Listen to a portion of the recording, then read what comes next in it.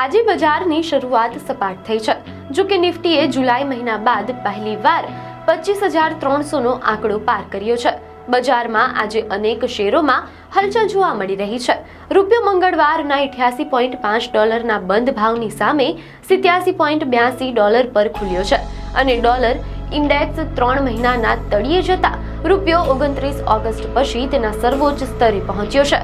Mid cap IT સ્ટોક્સમાં વધારો જોવા મળ્યો, જેમાં પર્સિસ્ટન્ટ સિસ્ટમ્સ અને કેપીઆઈટી ટેક દરેક 2% વધુ વધ્યા છે.